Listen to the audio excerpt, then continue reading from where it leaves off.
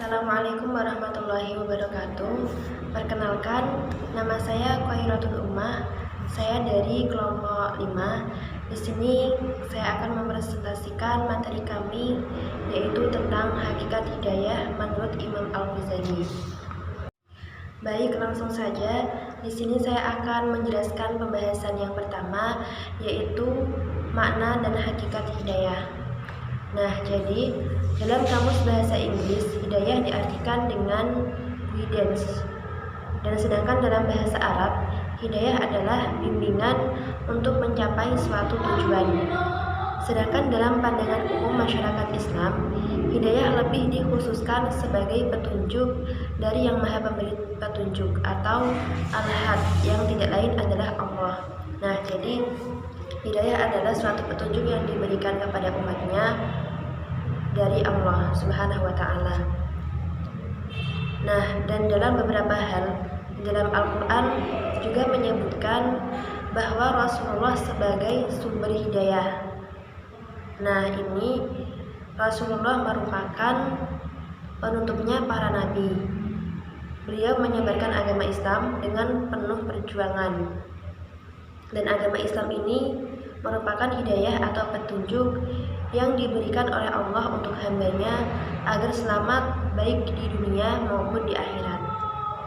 Nah, jadi hidayah adalah terbukanya hati untuk menerima Allah dan lapangnya dada untuk meyakini kebenaran agama Islam. Menurut Kamus Besar Bahasa Indonesia, hidayah artinya bimbingan. Sedangkan secara bahasa berarti ar-rasya, yang artinya bimbingan, dan ad-dalalah yang artinya petunjuk. Nah, di dalam firman Allah dalam surat Al-Balad ayat 10 disebutkan mengenai hidayah, yang artinya, dan kami telah menunjukkan kepadanya dua jalan. Nah, maksud dari dua jalan pada ayat ini adalah jalan kebaikan dan jalan kejahatan, atau bisa dikatakan jalan menuju kebahagiaan dan jalan menuju kesengsaraan. Adapun firman Allah yang lain yang terdapat dalam surat Fussilat ayat 41, yang artinya,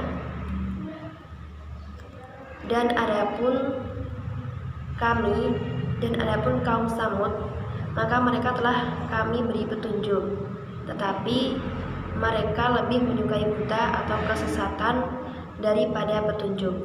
Maka mereka disambar petir azab yang menghinakan disebabkan apa yang telah mereka kerjakan. Nah, Assalamualaikum warahmatullahi wabarakatuh. Di sini saya dari kelompok 5 ingin meneruskan presentasi yang sudah disampaikan pada teman kami. Saya akan membahas tentang makna dan hakikat hidayah menurut pandangan Imam Al-Ghazali.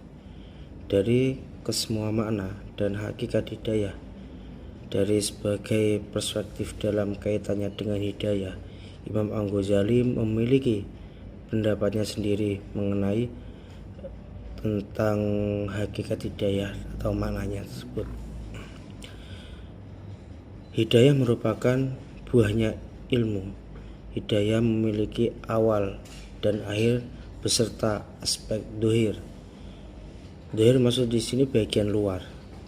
Jadi kita bisa melihat aspek-aspek itu, dan batin tidak dapat berhasil mencapai titik akhir kecuali setelah melakukan atau melewati tahapan-tahapan, serta tidak akan dapat memahami hakikat dan hidayah kecuali setelah memahami aspek-aspek luarnya. Dalam mukadimah kitab Bidayatul Hidayah, yang berarti permulaan hidayah, karya Hujjatul Islam Imam Al-Ghazali menyatakan bahwa hidayah adalah samroh al-ilam, yakni buah dari ilmu. Dalam kata lain, hidayah tidak akan tercapai tanpa landasan ilmu. Hal lain yang disampaikan dalam kitab ini adalah bahwa niat mencari ilmu harus berlandasan niat demi meraih hidayah Allah SWT, karena ilmu menuntut manusia menjemput hidayah. Itu tadi makalah dari Imam Ghazali di kitab Bidayatul Hidayah. Di sini ada beberapa aspek untuk dalam mencari ilmu, beberapa dalam 3 ini. Yang pertama, orang yang mencari ilmu sebagai bekal kembali kepada Allah, tidak menghendaki selain ridhonya. Yang kedua, orang yang mencari ilmu untuk membantu kehidupannya yang sesat demi memperoleh kemuliaan, pangkat, dan harta. Tipe yang ketiga yaitu orang yang dikendalikan oleh setan sehingga menjadikan ilmunya sebagai sarana untuk menumpuk harta, mengejar pangkat, berbangga. Lah itu semua 3 tadi itu aspek-aspek ilmu yang dimiliki seseorang. Secara tegas Imam Al-Ghazali berujar bahwa permulaan dari hidayah tersebut tiada lain adalah nampaknya ketakwaan seseorang secara syar'i dan melakukan perintahnya dan menjauhi segala larangannya. Dari 2 hal ini kemudian Al-Ghazali membuat 2 bab khusus terkait ketaatan dan larangan dalam menjauhi maksiat lahiriah dan batiniah, yaitu menjauhi maksiat hati. Hati seorang merupakan pusat dari segala tindakan yang tercermin di setiap perilaku lahiriah. Karena jika hati seorang bersih dari berbagai penyakit hati seperti hasud, riya, dan ujub, maka lahirnya seorang akan melakukan segala tindakan yang baik pula. Begitulah dengan sebaliknya. Oleh karena itu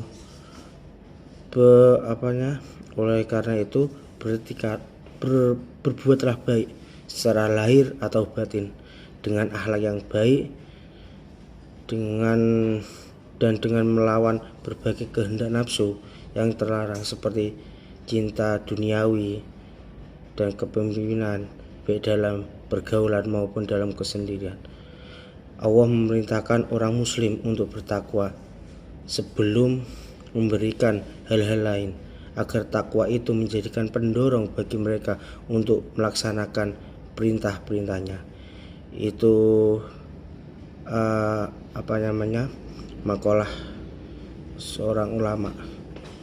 Jadi takwa berarti menjaga dan memelihara diri dari suka dan senang Allah dengan melaksanakan perintah-perintahnya serta menjauhi semua larangannya, baik secara lahirnya maupun batinnya.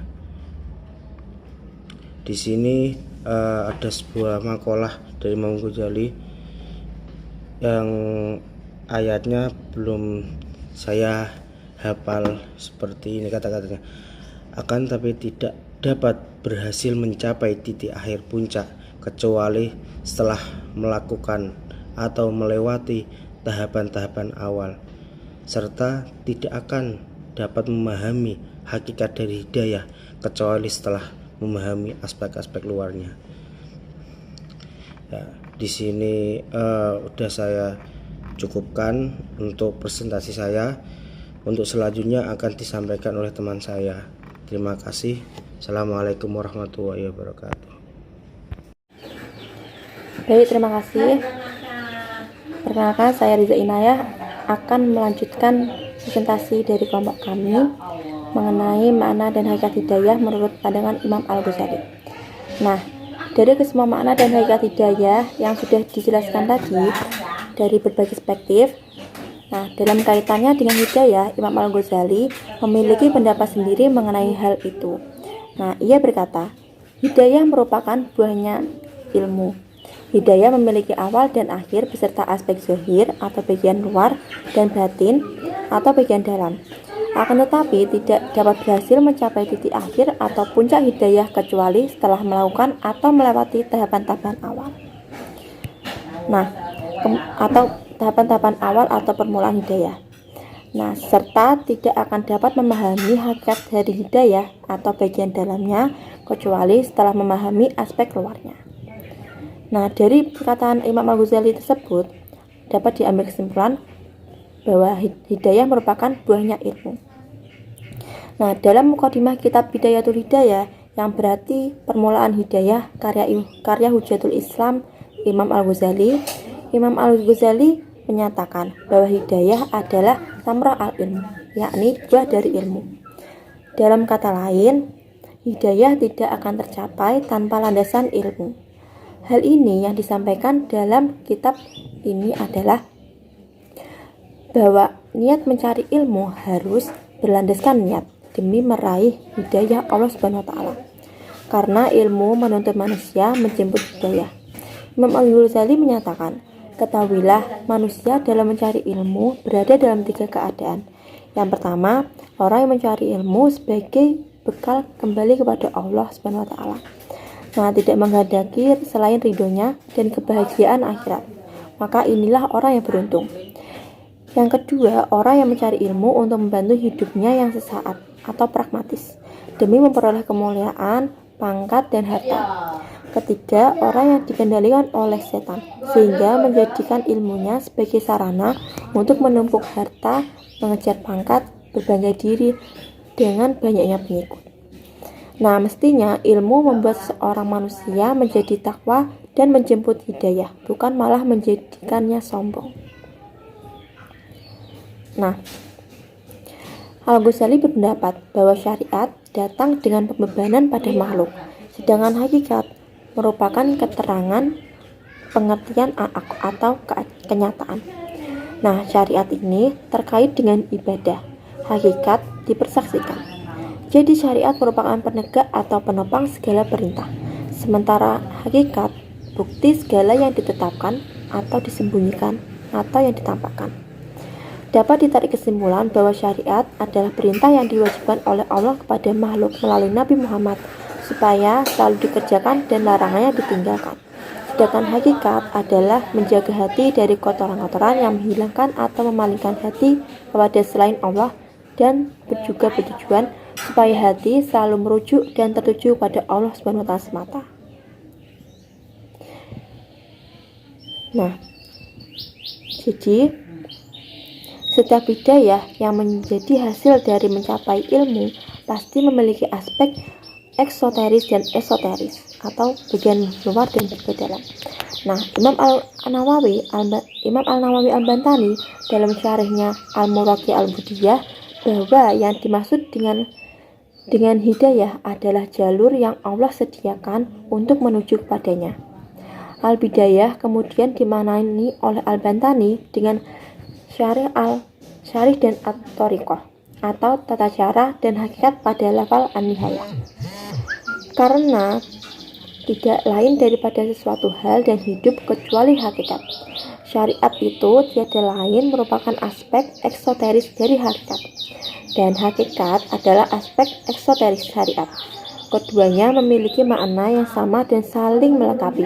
Oleh sebab itu, kata Al-Ghazali, seseorang tidak akan mencapai derajat hakikat sampai ia melampaui aspek eksoterisnya. Maka salah satu sebab dinamakan kitab Bidayatul Hidayah tiada lain sebagai pengantar seseorang untuk mencapai aspek terakhir dari hidayah tersebut. Dan itu adalah aspek syariat dan thariqah dalam pandangan Al-Bantani. Dan kata lain, nuansa legal formal dihiasi dengan nuansa batiniah sehingga setiap hukum atau syariat terasa memiliki ruh dan semangat oleh orang yang melakukannya. Syariat dan hakikat merupakan aspek zahir dan aspek batin. Keduanya adalah jalan untuk mendekatkan diri kepada Allah atau takarub ilallah. Dan di antara keduanya tidak bisa dipisahkan dan harus berdampingan. Dan harus saling mengisi, yakni antara keduanya harus saling berhubungan. Al-Ghazali mengatakan bahwa barang siapa yang mengatakan bahwa hakikat itu menyelisih syariat, maka ia dianggap kafir. Karena sesungguhnya syariat merupakan aspek zahir dan hakikat merupakan aspek batin. Hal ini menandakan adanya proses dalam hidayah tidak turun atau diberikan secara langsung tanpa usaha Proses tersebut menandakan adanya usaha yang dilakukan oleh penerima atau orang yang mendapat hidayah. Maka hal tersebut mengakibatkan proses dalam sebuah hidayah pada manusia bermakna aktif. Al-Ghazali menganjurkan seseorang untuk selalu berusaha berijtihad dengan mengeluarkan seluruh kemampuannya untuk sebangun sebelum terbitnya fajar. Hal ini tentunya harus diisi dengan sholat awal waktu, baca Al-Quran, dan melaksanakan hal-hal yang positif lainnya. Al-Bantani menambahkan bahwa ketika seseorang bangun, maka manusia ibarat hidup dari kematiannya, sedangkan hidup adalah cahaya dan kematian adalah kegelapan. Dengan hal ini muncullah perbedaan mengenai proses dalam hidayah tersebut. Ada dua pendapat tentang orang yang dihendakinya. Pertama, bermakna aktif, yakni seseorang yang mengharapkan atau menginginkan hidayah dari Allah, maka haruslah melakukan tindakan atau gerakan untuk mendapatkannya. Kedua, bermakna pasif, yaitu penentuan hidayah ditetapkan mutlak oleh Allah SWT, sehingga manusia tidak memiliki peran apapun dalam hal ini, bahkan Rasulullah pun tidak dapat melakukannya.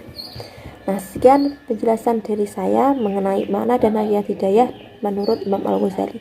Selanjutnya akan dijelaskan oleh teman saya melalui video mereka. Di sini saya akan melanjutkan penjelasan dari kelompok kami. Yang nomor 3 yaitu hakikat hidayah menurut Imam Al-Ghazali. Nah, petunjuk Tuhan atau hidayah itu dapat dipandang sebagai pangkal dari semua kebaikan. Nah, manusia tidak mungkin menggapai kebaikan-kebaikan dalam hidupnya tanpa petunjuk dari Allah. Nah, firman-Nya itu, Tuhan kami adalah Allah yang telah memberikan kepada tiap-tiap sesuatu bentuk kepadanya, kemudian memberikan petunjuk. Toha ayat 50. Nah, dilihat dari segi tingkatannya, hidayah itu menurut Imam Al-Ghazali ada 3 macam. Yang pertama itu berupa kemampuan mengenal dan membedakan kebaikan dan keburukan. Kemampuan itu sungguhnya diberikan oleh Allah kepada semua manusia, baik melalui kecerdasan intelektual maupun melalui informasi dari para nabi dan Rasulullah. Nah, kaum Samus dan juga kaum Ad pada mulanya itu diberikan hidayah oleh Allah dalam bentuk tersebut, tetapi mereka lebih suka memilih kesesatan daripada petunjuk Tuhan. Nah, yang kedua yaitu peningkatan kualitas hidup manusia yang terus membaik dari waktu ke waktu. Kualitas hidup meliputi kualitas iman, kualitas ilmu, dan kualitas kerja.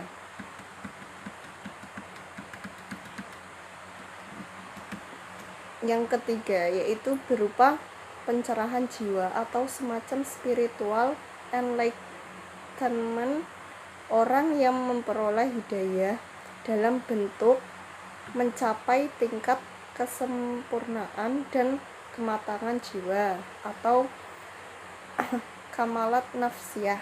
Nah, pikiran dan jiwanya itu menjadi tenang, bahkan seluruh hidupnya itu menjadi terang benderang karena pencahayaan ilahi yang tidak pernah putus. Bagi Al-Ghazali tersendiri itu tingkatan hidayah dalam bentuknya yang paling tinggi itu apakah orang-orang yang dibukakan Allah hatinya untuk menerima agama Islam, lalu mendapat cahaya dari Tuhannya, atau sama dengan orang yang hatinya membatu. Quran surat Az-Zumar ayat 22. Nah, hidayah seperti itu dapat dilihat atas sungguh penting dan amat menentukan kualitas hidup manusia. Nah, oleh sebab itu, kaum muslim diperintahkan agar mencari dan menggapai petunjuk Allah itu setidak-tidaknya 17 kali dalam sehari semalam. Mereka harus membaca doa yang artinya, ya Allah, tunjukkan kami ke jalan-Mu yang lurus. Quran surat Al-Fatihah ayat 6. Tanpa petunjuknya kita bisa sesat jalan dan terjerembab ke jurang nestapa. Sekian dari kelompok kami. Apabila banyak kesalahan, saya mohon maaf yang sebesar-besarnya. Wassalamualaikum warahmatullahi wabarakatuh.